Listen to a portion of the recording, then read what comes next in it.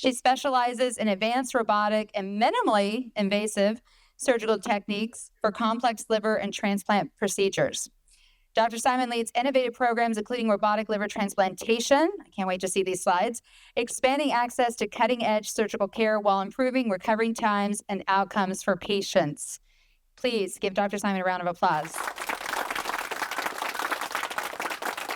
Thank you, everyone. Thanks for staying.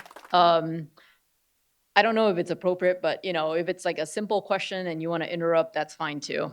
Thanks for the invitation. Thank you for allowing me to talk about surgical options. Essentially, I'm going to focus on resection versus transplant, which is what Philip was asking earlier. In short, surgery offers the best chance for cure, but not everybody is a surgical candidate. Not everybody is a surgical candidate up front, and not everybody, needs surgery. It really depends on who you are, the type of cancer you're talking about, and above all, timing and selection is pretty critical.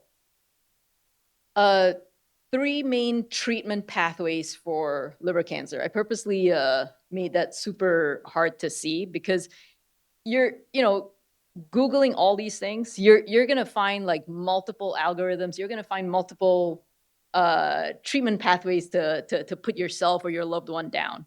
What you need to know is there's 3 main pathways essentially that you can take. You can have surgery, which is a resection or a transplant, and one doesn't mean that the other is off the table. You can have liver-directed therapies, which is what Dr. Hancock will talk to us about. Sometimes these are definitive, sometimes these are bridging to something else, i.e., resection or transplant.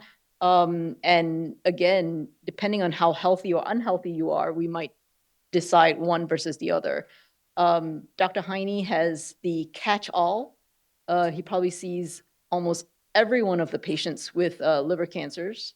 And we participate in multiple multidisciplinary meetings to decide, to triage who gets what treatment, when, and how.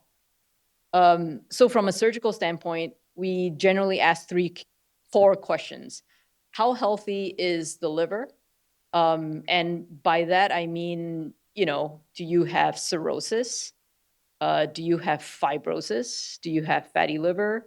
Can the tumor be safely removed? Is the tumor in a position in your liver that can be safely removed and leave you with enough liver? Or if it's deep in, one part of your liver, if by removing it, we'd have to take out so much that the rest of your liver, because again, of how, healthy or unhealthy it is, can't possibly grow back, then we decide that, maybe you should not go down the resection pathway. And, we just need to change the whole thing out. And we just need to, get you a new, i.e. slightly used liver. So to focus on resection, essentially what we're doing is removing the tumor and a margin of normal liver tissue. Now, we go to school and residency and fellowship to figure out how to split a liver, how to turn it on its side, how to, not get lost as you're going through cutting the liver, to know that you're taking out that part that has the cancer and not, damaging any of the parts that you want to remain so that it can grow back and regenerate like you would expect it to. The benefit of doing a resection versus a transplant is you don't necessarily need lifelong medications. You don't need anti-rejection medications or things like that. Obviously the downside is, and we can cover this later, the liver has all the right ingredients to grow the tumor, which it already did. It grew that part. What's to say that, it's not going to grow more tumors in the part that you're leaving behind? But that's where surveillance and imaging, are important. Who qualifies for resection? Essentially, you need a patient with good liver function. And I don't mean that by labs. I mean that by the MELD score. I mean that by other things that you look at, if they have cirrhosis, if their platelet counts are super low, If they have what we call varices or portal hypertension, they already have like all the right ingredients to bleed or to decompensate after a liver resection. And so maybe just removing a portion of that liver isn't the best way forward for them. Obviously, the tumor does need to be confined. It does need to be removable. Like I said, you should be able to cut it and remove it and leave the rest of the liver able to grow and regenerate. And that's the important calculation too. If I am going to take out 60% of your liver, I would hope the 40% has enough blood flow in and out of it and the ability, so not cirrhotic, to regenerate or grow back to full size. A common question that I sometimes get asked is, does all livers regenerate? Well, it does, with a little asterisk. If you have cirrhosis already, your regeneration might be very much slower, or it just might not happen. And so then, if I'm only taking out a 10% of your liver or 20% of your liver, that's okay. But if I'm taking out 40%, 50%, 60% or higher, then that's not okay, because you kind of need, some amount of liver to help you, recover from surgery and then to be alive. So that's what we talk about, like future liver remnants being adequate or inadequate. Sorry.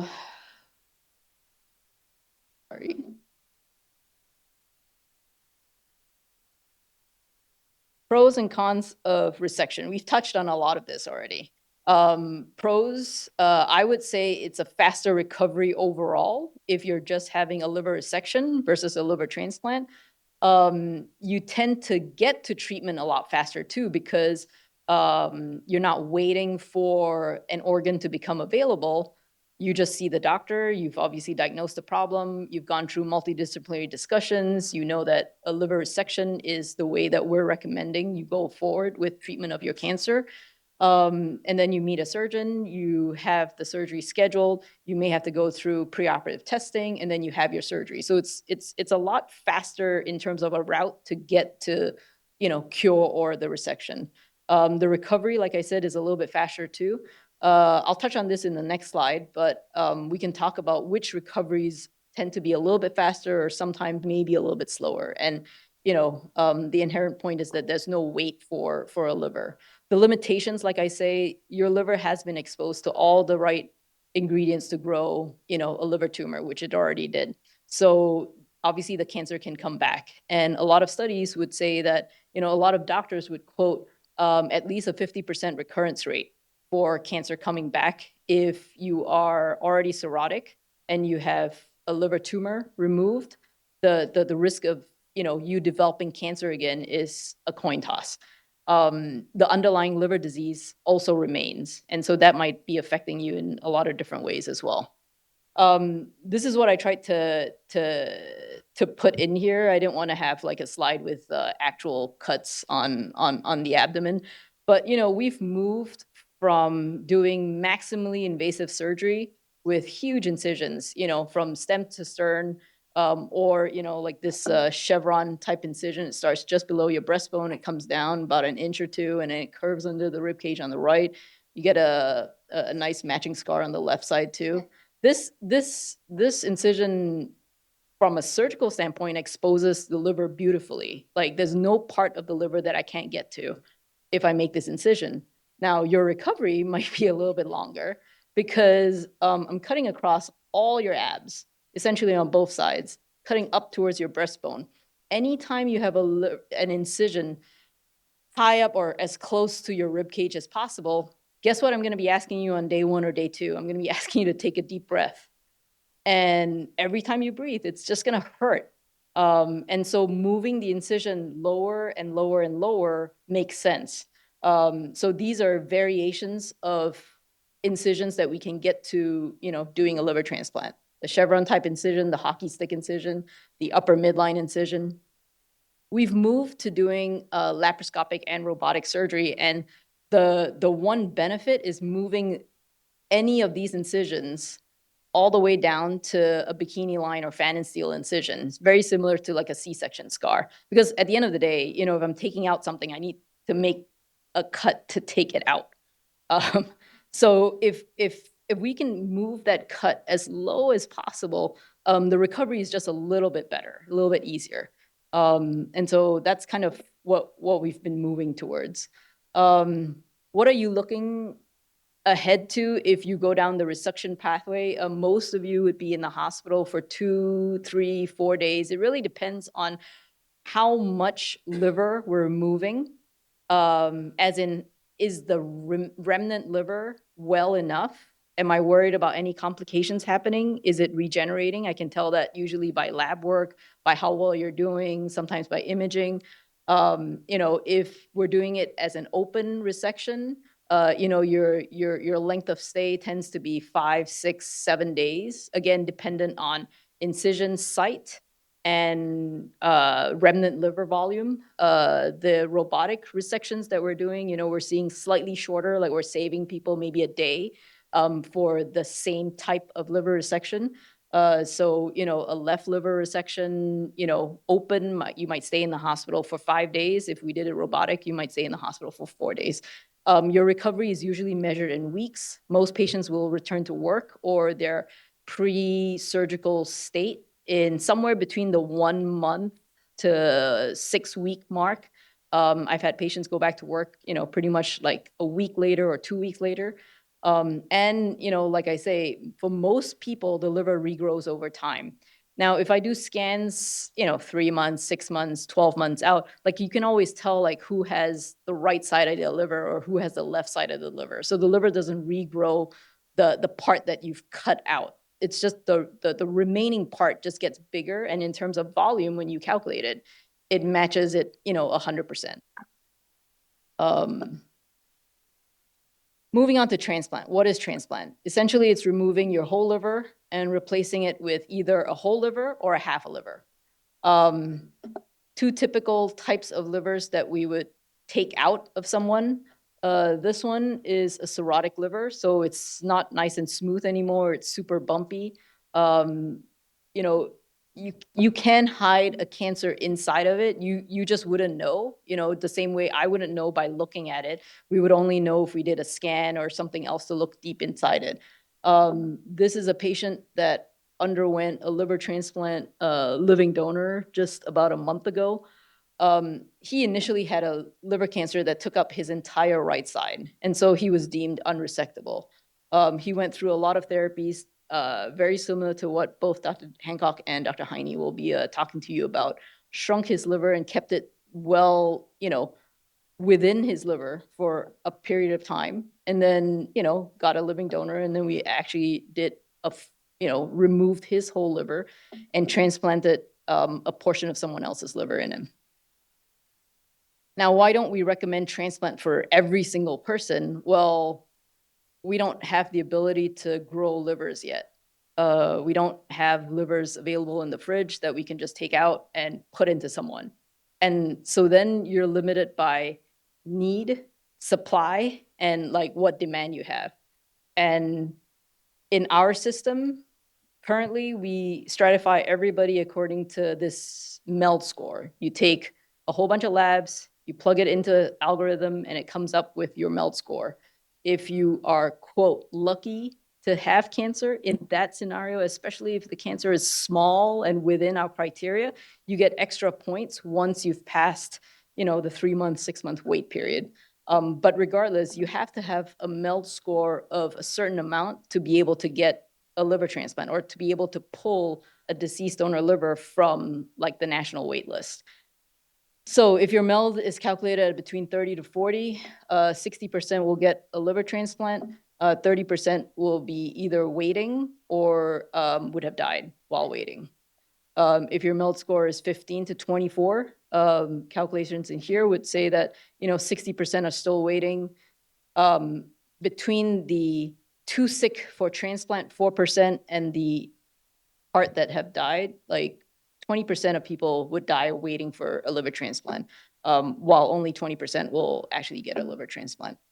Who qualifies? Well, if you have cirrhosis, if you go through the liver evaluation and you get put on the wait list, you qualify for a liver transplant if you have cirrhosis. If you have liver cancer, there are ways to get you on the liver transplant wait list, which I'm sure Dr. Padali can touch on in the panel discussion too. Essentially what we're looking for is tumors within a certain size, certain number, but essentially from a surgical standpoint, what we really need is your tumor to be inside your liver.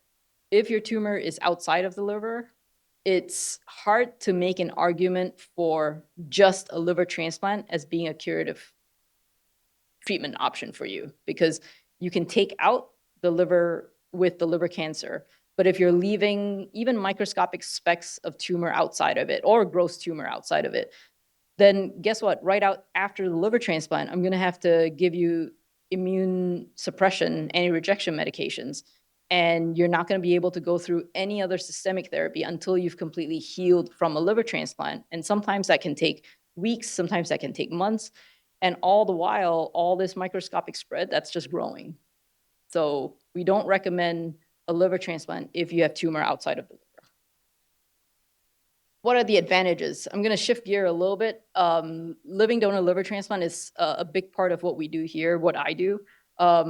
I advocate for it very strongly because it shortens the amount of wait time that you have to wait for a deceased donor organ. It makes sense. You have a friend, family member, doesn't have to be a related person. It just has to be a blood group match, relatively healthy person with a liver that can be split into two halves. And obviously the math, the calculations have to make sense. You can't have someone super small donating to someone super big because one of them won't have enough liver. The donor has to be relatively healthy. The donor has to not, show up to surgery in chains, and like you can't coerce anyone to give you a liver transplant. But all this is to say that it's an elective procedure. You can schedule it between all the therapies that we can do here. So you can do chemo, you can do bridging therapy, you can work up a donor, you can schedule it, and you can almost make it like an elective thing. You tend to get better quality, good quality grafts because the donor has been extensively tested. You know exactly what type of liver you're getting. The ice time or the cold ischemic time is shorter because both surgeries happen essentially at the same time. So in one operating room, the living donor is going through that surgery to split their liver. It comes out, it gets flushed, and it gets wheeled over into the recipient room. And by then we've already disconnected the whole liver from the recipient, and we're just transplanting. We're just sewing like with like, the artery to the artery, the vein to the vein, release the clamps, the liver comes alive and it starts working and everyone's happy. The living donor saves 2 lives. The person that they're donating to, as well as, so now you've donated to someone and you're taking them off the wait list. So, it helps out someone else on the wait list that could get, a full liver transplant. Disadvantages of living donor surgery. So it's not all sunshine and rainbows because the living donor essentially goes through major surgery, which they physically do not need. Obviously, they're going to get a lot of other benefits from it, daughter, son donating to dad. Like you want dad to be around for all the life events. Similarly, like parents donating to kids, like they want the kids to, have everything in life that they've already had. There's a lot of other measurable benefits. It's just nothing physical because the donor is essentially a completely healthy person that you're putting through a very major surgery with very major risks. Some of the risks would be bleeding, clotting, infections, bile leaks, very early on in the liver world, living donor liver world, we weren't as aware of which livers can regenerate well and which can't. And, you have these stories of taking, a portion of someone's liver and then realizing, oh, they actually had pretty severe fatty liver and now their liver doesn't regenerate. And so worst case scenario, they might need an emergent liver transplant or at least, some kind of other therapy. Why is transplant different from resection? It treats the cancer and the cirrhosis. I think we've covered that pretty well, but we can always discuss that. The recurrence risk for cancer, because now you're replacing the whole liver, is much less. It's not 0, but it's much less. And it is one of the potentials for true cure. The reality is, organs are limited. Time on the wait list varies, and it also varies not just by your MELD, but where in the country you live. And so you do need to have other methods of controlling the tumors, which is what our interventional colleagues and medical oncology colleagues can help us out with. I'm going to skip over this. So recovery after transplant, what to look forward to. It's a slightly longer recovery compared to just a surgical resection. Sometimes it's measured in weeks or months.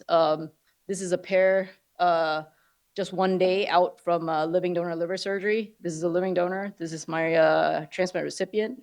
And you are walking the same day of surgery, the next morning. Depending on how fast your gut wakes up, you can be allowed to have like liquids, solids. The living donors tends to get discharged home now 4 or 5 days out because we're doing their surgeries robotically. The recipients tend to stay about 7 to 10 days. They also have to meet all the other parameters. So they have to be able to walk. They have to be able to eat. They have to be able to have pain that's relatively controlled with oral medications. It's not fair to, make this huge incision and, send someone home with just a handful of, oral medication. So initially they're on IVs and then we transition them to orals and then we see how well they tolerate it and then, they get discharged home. The fourth thing that, from a transplant surgeon standpoint, you have to make sure that their anti-rejection medications are at a good enough level and they're not like, having rejection or any problems with it before you let them go home. So that usually takes us about 7 to 9 days.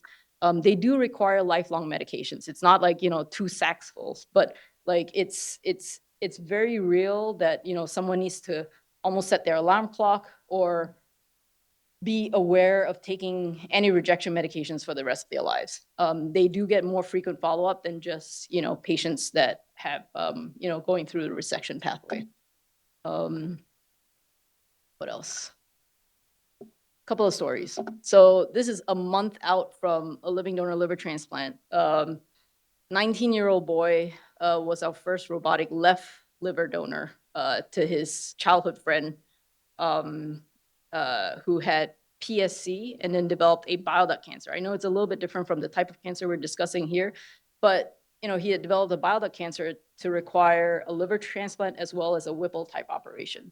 And this is just 1 month out, awesome. 2 months out from surgery, do not recommend because your muscles haven't completely healed yet. I got this picture in a nice frame at 3 months out. And then I did the math. And then I was like, wait, when was this? So yeah, they were feeling healthy out, 6 weeks out to go snowboarding. It's great. You can have babies after liver transplant as well. Sometimes if you're in your childbearing age, that's one of your worries. Not recommended within the first year because you're on medications that are not safe to have children on. But, as long as you have discussions with your transplant surgeon, your transplant team, and, you can get transitioned over to other kinds of medications that won't affect your baby, you can actually go on and have a full family. So putting it all together, we've already covered all this. Resection, prefer to do it in patients with minimal liver disease, so no cirrhosis, preferably, or low MELD scores. If you are cirrhotic, transplant, it doesn't matter. All comers are fine. Resection does not treat cirrhosis. It only treats the liver cancer. Recurrence risk is higher. It's 50-50 after resection. Whereas transplant, recurrence risk is quoted somewhere between 5 to 10%. There's no wait time for resection. And yes, there is wait time for transplant unless you go down, like the living donor pathway. When is surgery not the first recommendation? When you have poor liver function, when you're not in the best of health yourself, the liver is too large, if the tumor is too large to the point where, yes, we can take it out, but you just won't have enough liver. Or if the tumor is already spread, or if you're just not a surgical candidate. It's a multidisciplinary discussion. We have, groups like this that meet, more than once a week. We discuss every case as it comes by. We go through all the images and then we decide everything. And so surgery offers best chance for cure. 2 main options in the surgery world: resection versus transplant. Patient selection, liver selection is everything, and the treatment is team-based. I like putting together these talks because I Googled and I found out how to do QR codes. So I'm one of the in crowds now. We have like a couple of videos just talking about the transplant process as well as the robotic living donor liver transplant process. Happy to answer questions during the panel or email me. Thank you.